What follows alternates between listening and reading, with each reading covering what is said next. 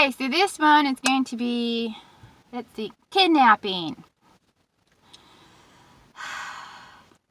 I saw a movie long before I was homeless, and it was about a medical like thing in New York, medical practice, I don't know, medical company in New York City, and they would kidnap the homeless, and then they'd do horrific things to them, and test out their procedures and medicine on them, and they targeted the homeless because, let's get real, who's going to look for a homeless person? Even when you are connected, even when you do have family and friends that care about you, the cops who don't really pit much, you really are at a disadvantage, which is really not right whatsoever. I'd really love to say it's really all kooky, and over the years I've never heard anything like that. I've never had any issues. But I know the one guy I knew, he was military, and he got sick, and he went to the VA here, and his girlfriend took him. She wanted to make sure he got help, and so she took him to the huge VA center, and she went back later in the week to check on him. There's no record of him. No record that they discharged him, that they transferred him, that he died. There's absolutely no record. So we don't know what happened to him. Lord have mercy on him. And I know another guy I know, he was hit. It was a hit and run. They had to air med him. He said it was to UCLA.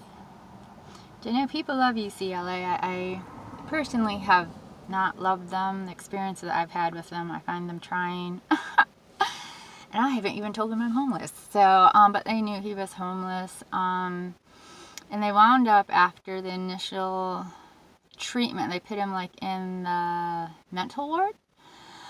And they kept, according to him, they kept coming to him and saying, we'd like to do exploratory surgery.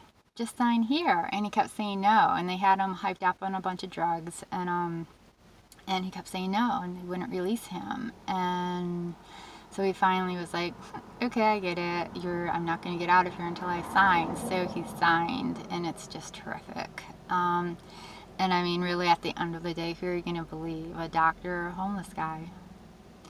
There really needs to be more oversight in a lot of areas, especially mental, which is very highly concerning. With Irma, I think it was Irma in Florida, that was highly concerning. There was HighImpact Flicks. He has a channel on YouTube. He's really good. But he had one on Irma, and how they have this homeless guy 7-8 minutes into it, and he's like, no, I'm not going to the shelter, they're killing the homeless people. And you want to just, oh, it's crazy. But then they had this woman, a reporter, the next clip is a reporter going, and the homeless have to come to the shelters, they just need to get used to this new world order. And they were in Florida while they were allowing people in houses, even though, and they had like, what was it, Ernest Hemingway's house on the Keys. The people who weren't, not even the owners, people just came down and wanted to protect the statues. It's like, you're not protecting the statues, dumbasses. Excuse me, Lord help me. But yeah, like, have you ever been in a windstorm? And I mean, hurricanes, it's a windstorm on steroids. No. But they've let them stay, but they wouldn't allow the homeless people to make a decision on what they wanted to do. They were actually taking the homeless hostage, I don't know what else you would call it. They either went to a shelter, or they would put them in a mental ward, which they can hold you 72 hours against your will, and after that, they, do a evaluation. But the thing is, they don't have to let you go after the 72-hour hold. They can keep you indefinitely. And unlike the criminal justice system, where you have a lawyer and you have like a set time of, hey, you've broken this law and you're going to get this much time, and you have a lawyer and there's appeal process, you don't get that in the mental arena. It's highly alarming. I really find the mental arena highly alarming, especially especially when you are dealing with homeless. And I've seen it even with friends who are in houses. A gal I knew, she just went to go get a prescription. The doctor wanted her a prescription, and there was some miscommunication, and by the grace of God, it took probably 15 hours, but she was held against her will. And I mean, and it's not like you can even like have like a call home like you do in the criminal ward. You don't have a call home. It's alarming. It's really alarming. By the grace of God, the secretary of the doctor came down the next day and saw her, and she's like, "What are you doing here?" And she's like, "They won't let me go." Sounded absolutely horrific, but I've heard of a couple instances where it's just horrific. And from what I know of the field, it's just there needs to be more checks and balances, and there really truly needs to be more checks and balances with a community as vulnerable as the homeless.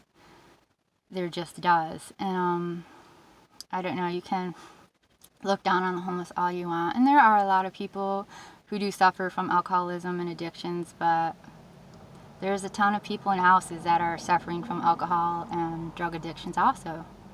Putting a white coat on you doesn't make you right, it just makes you acceptable. Putting a roof over your head doesn't make you right, it makes you acceptable. We really need to find a balance and have some respect for each other. So anywho, so that is definitely an issue, and I have had people be like, "I'm going to hold you hostage," or, you know, "Ooh, I'm going to take you away and no one will ever see you again." It's like, oh, that's not a good idea. And I do check in with people, and so, which ironically can really piss people off. I had a friend, because I'm like, "Oh yeah," like, I just got a habit, especially with a small group of people, where they like always know, someone always knows where I'm at and who I'm with, and they know what they need to know in case they need to contact the cops. Like, but yeah, she got really offended because I had told people I was going to go visit her. And she got like just freaked out, like, "I'll call the cops on you," and everything. And it's like, you know what? You're the one with a fenced yard that has a gate that's locked. Like, I'm the one in danger, not you. Like, are you for real? Like, the only way I can get out of here is if I totally wreck my car trying to ram through your gate. Like, there just seems to be massive issues of transference with people in houses. Like, you're the ones that are really protected. You're the ones who are being honored. The homeless are the ones being disrespected and marginalized, and just one law after another is being passed against us. You're not the one in danger. We are.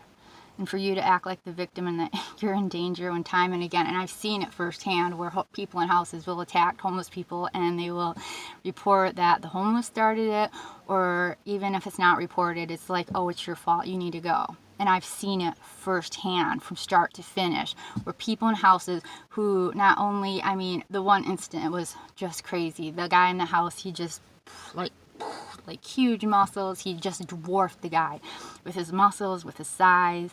And he's the one who went psycho. He's the one who was like egging on. He's the one who went violent. But it was the homeless person that got his ass chewed out. Not okay. Alrighty, I'm going to go. Take care.